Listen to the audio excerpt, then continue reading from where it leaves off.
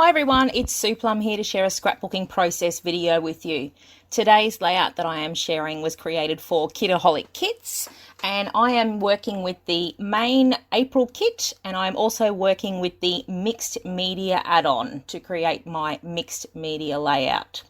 So the photos I am scrapping today are a couple of Snapchat selfies of my daughter and I that we took on Easter last year, and I figured with Easter just past it might be quite timely to create a layout with some Easter photos, because I figure you guys might have some Easter photos to scrap too. Now, this month's kit from Kitaholic has a decidedly Easter type theme to it. It's not strictly Easter themed, but there are a number of really cute little bunny icons and flowers and things that could work really well for like spring themed pages, or, you know, like I said, Easter pages. So that's what I'm doing today. So for my layout, I started off with a sheet of 300 GSM white cardstock, which I've already cut down to measure 11 by 11, knowing that I was going to mount this on a sheet of patterned paper. And I'm actually working with one of the Heidi Swap chalk inks that are in this month's mixed media kit. So there's a set of 3 chalk inks in a beautiful teal, a light sort of dusky pink, and there's also a green in there as well. Now, I'm going with a decidedly pink and purple themed page today, which is quite unlike my usual palette. I'm not traditionally a scrapper with purple, although I don't hate purple like I used to. I can actually work with purple these days, but I thought pink and purple might be a nice, pretty themed colour palette for these photos of the two of us girls. So that's what I went with. So what I actually did for my background was I got the little chalk ink pad, which measures about 1 inch, and similar to the dry brush method that I do when I use acrylic paint and a wide brush, I just really lightly dragged it across the background just to create those lines, those scraped lines using the ink pad. Be careful when you do this not to push too hard, or you're going to get the actual square imprint from the ink pad itself. But if you just drag it over really lightly, you should get those nice sort of brushed lines on your page. Now, once I had that sort of light pink down, I actually went in with one of the stencils that are also in this month's mixed media kit, which were actually designed by Obed Marshall for American Crafts. And there's a floral design there, and I decided to use that floral design because I thought that would work well with the theme of the page. And I am also using a Distress Oxide on this. So I'm actually using the brand new Distress Oxide colour, which is that Kitsch Flamingo. And I just used a little makeup sponge, a little sponge dauber, and I just dabbed the colour through the stencil over the top of that chalk ink that was already there, just in a few places, just to add a bit of extra interest to my background. Now, as I said, I'd already cut down my white cardstock to measure 11 by 11 because I was planning on mounting it on a sheet of patterned paper.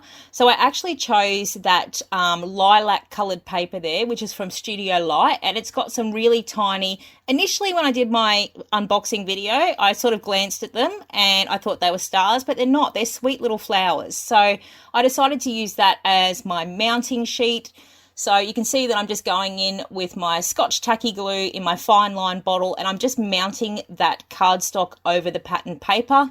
You can see that I've also added some splatters to my background, and I actually added my splatters using one of the Dina Wakley gloss sprays that were in last month's mixed media kit.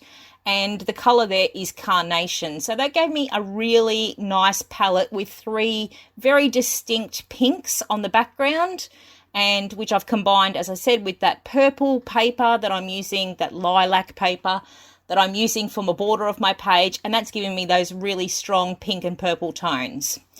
So I've actually stuck my photos together there. The first thing I did was I actually mounted them on the same purple paper that I've used for the frame of my page, and I have actually joined them together so that I can move them around as one piece and that they'll stay in the position that I want them in.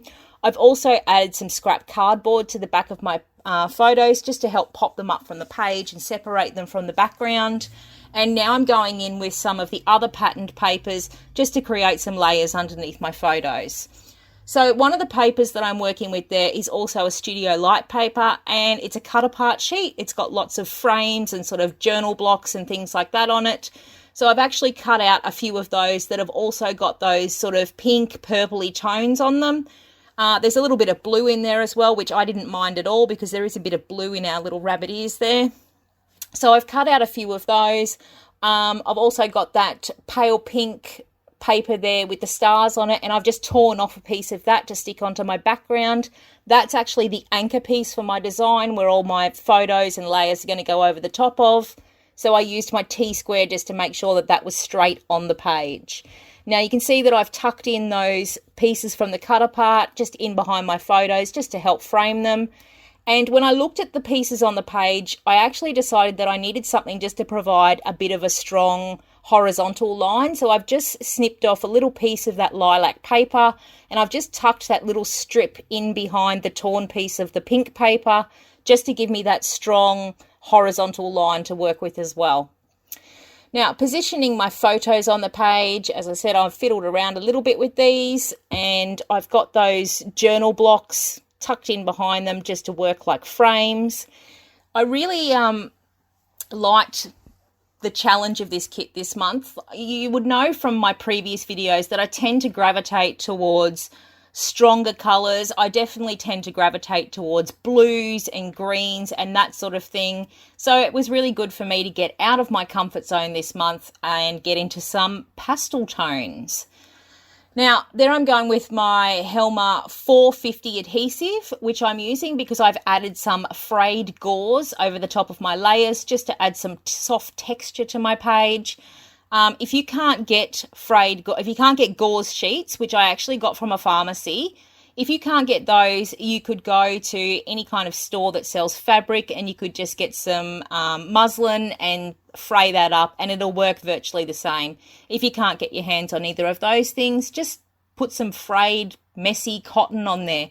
Anything to add that sort of soft textural element to the background will work. Okay, so what am I going in with embellishment-wise here? The two main things that I was working with from the kit for my embellishments was the Simple Stories Bunnies and Blooms range, the chipboard stickers. That's where that really cute little rabbit came from, and that little rainbow. And the other thing I had out to work with were the Maggie Holmes thickers there that have got lots of phrases and icons and things like that. So what I've done is I've run that little Hey Bunny banner across the bottom of my left photo, which is going to be the start of my, well, it is going to be my page title, but I'm going to tuck a sticker from those stickers in underneath it, which is the little phrase one. I'm just adding a little bit of cardboard to the back of it just to pop it up from the page as well, because I want it to sit up at the same height as the photos, so that in its entirety my title reads, Hey Bunny, You Make Me Smile.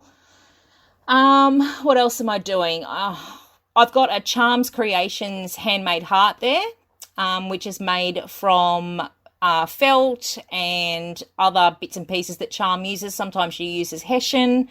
I love the unique sort of handmade touch that these add to a page. I've got quite a few in my stash, and it was a great chance to use up a pink one.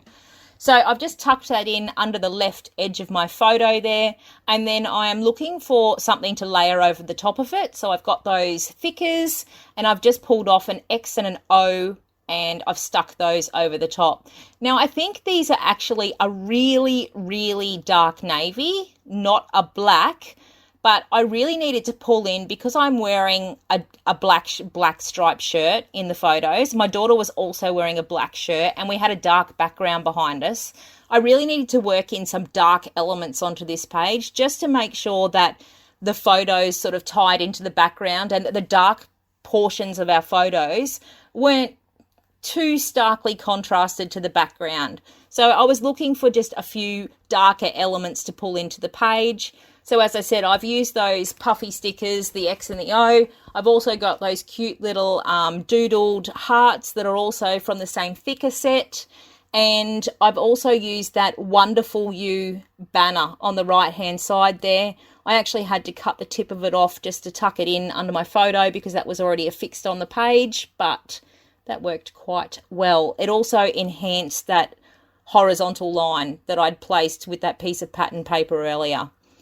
Now, fiddling around with my embellishments, I went in with some die-cut flowers and that little bunch of daisies at the top there, which actually introduced a little bit of green onto the page, which I didn't mind at all because it was balanced sort of in the top left and the bottom right.